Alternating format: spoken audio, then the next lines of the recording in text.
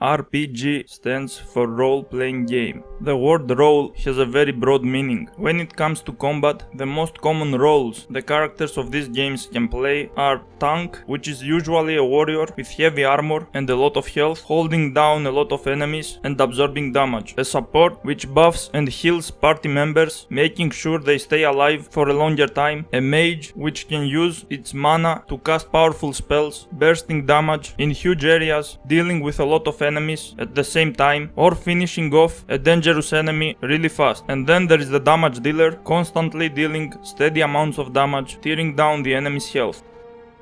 When it comes to combat, the Japanese RPGs are usually superior, because they put a lot of effort into making it fluid and complex. The story of the Japanese RPGs, on the other hand, is not something you can control much. It's the exact same story told in every playthrough, and it's just there for the player to witness. In Western RPGs, you create your own story by constantly making choices during the playthrough, choices that affect the personality of your character and the world as well. And before even the game begins, you get to customize the personality and combat playstyle of your character during the character selection screen.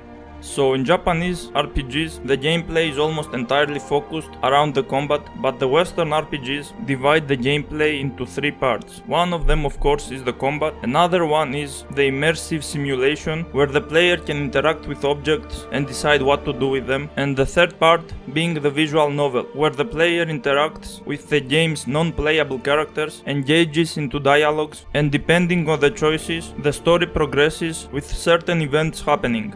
Many Western RPGs are heavily inspired by the Dungeons and Dragons tabletop game, also known as D&D. Now, D&D is not a game that can be played alone. The game requires a dungeon master, which is the person who creates the world, the dungeons, and tells the story. And then there are the players who are experiencing it, as if they were playing a role-playing game. And of course, the more players there are, the more fun it is. D&D is played in a similar way that Western RPGs are played, and it's strictly turn-based. The main differences are, in D&D, the Dungeon Master can be constantly changing the story they want it to tell. They can keep adding stuff or removing stuff depending on the player choices or the dice rolls. As someone who loves being a Dungeon Master, because I like creating stories, when I'm playing D&D, I'm constantly trying to read the room, and I'm trying to adapt to the mood of the players. For example, if I'm playing with some players who are couples, I will create the story having some romance options to allow the couples to bond even more by playing the game, while also having fun. If I'm playing with players who are funny and like telling jokes, then I'm going to create a story in a way that it allows a lot of funny and goofy moments. If I'm playing with sweaty tryhards, I will give them what they want and make the game challenging. D&D is not a game that is played to win, it's a game played purely for fun, a game where some friends gather and use their imagination to have fun, express their personality and bond with each other. When I'm playing to win, I play games like chess, which are 100% skill based. So the main problem of D&D inspired video games is there is no dungeon master constantly trying to adapt and make the game more fun. The choices lead to the same results no matter who makes them or when. The only thing that makes a difference is a dice roll. Failing the dice roll sometimes leads you straight to death in a cutscene, and you can choose to reload the game, make another choice, and wait and expect the dice roll to be on your favor. You can keep reloading and trying again and again. It's a tedious process. Baldur's Gate 3 is a decent game if you view it as an immersive simulation or as a visual novel. The characters and story are interesting, but they are nothing extraordinary. Before getting to the terrible combat, I will tell you why this game is getting all this praise, besides the fandom being sexually starved degenerates and most of the reviewers being whores of the algorithm chasing clicks.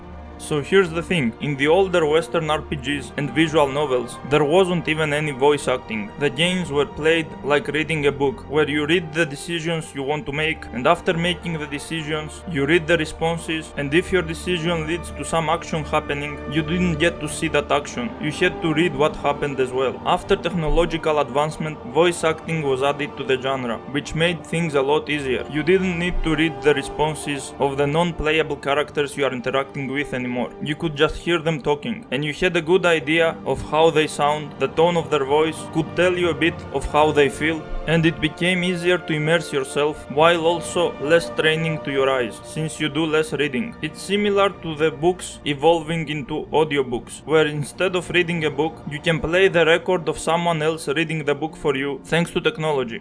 Right in the dick, Kuno! Get him right in the dick! Show me what you got.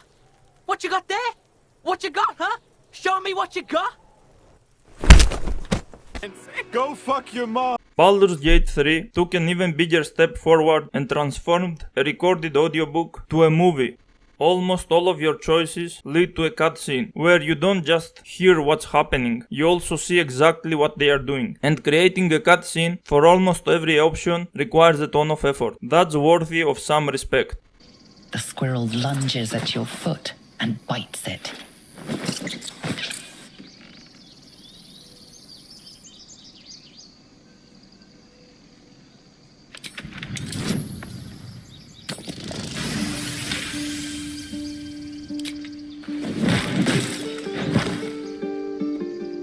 No.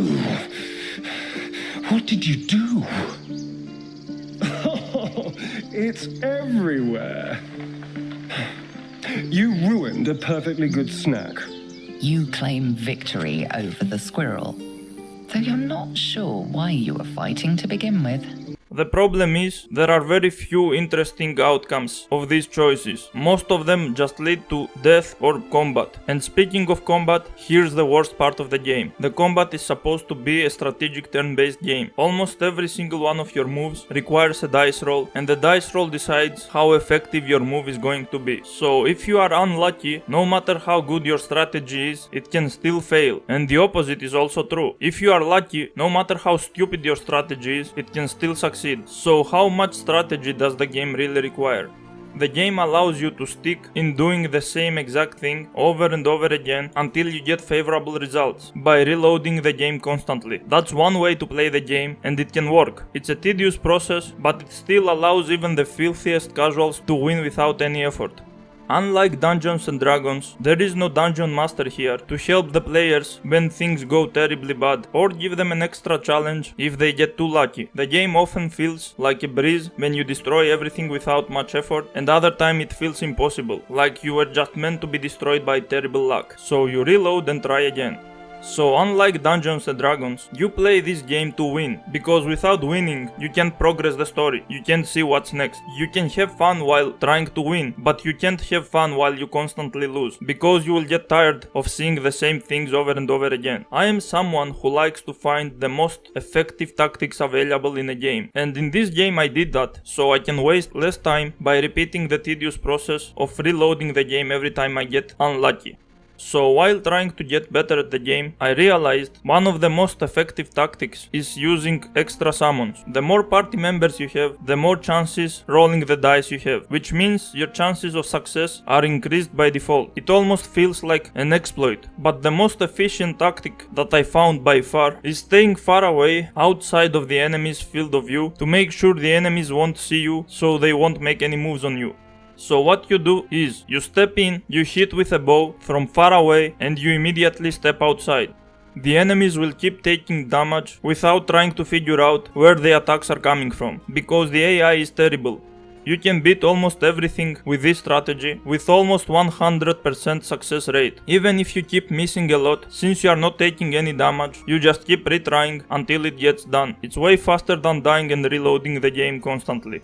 So yeah, making the combat a total RNG fest is just bad gameplay design. In the tabletop game, the dice roll is there to add some extra creativity to both the players and the dungeon master, so they can change the way they were expecting things to happen and keep getting creative again and again. The randomness in the tabletop game is part of the fun.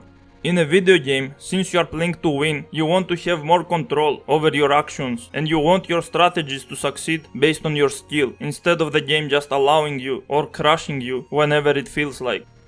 Japanese RPGs are evolving by improving their combat, making it more fluid, more complex, deeper, balanced, and interesting. Thankfully, a lot of Westerners are inspired by the Japanese developers and creating RPGs with great combat. The opposite is also true, of course, where some Japanese are inspired by the Western style of storytelling through dialogue options and creating games with a lot of replayability.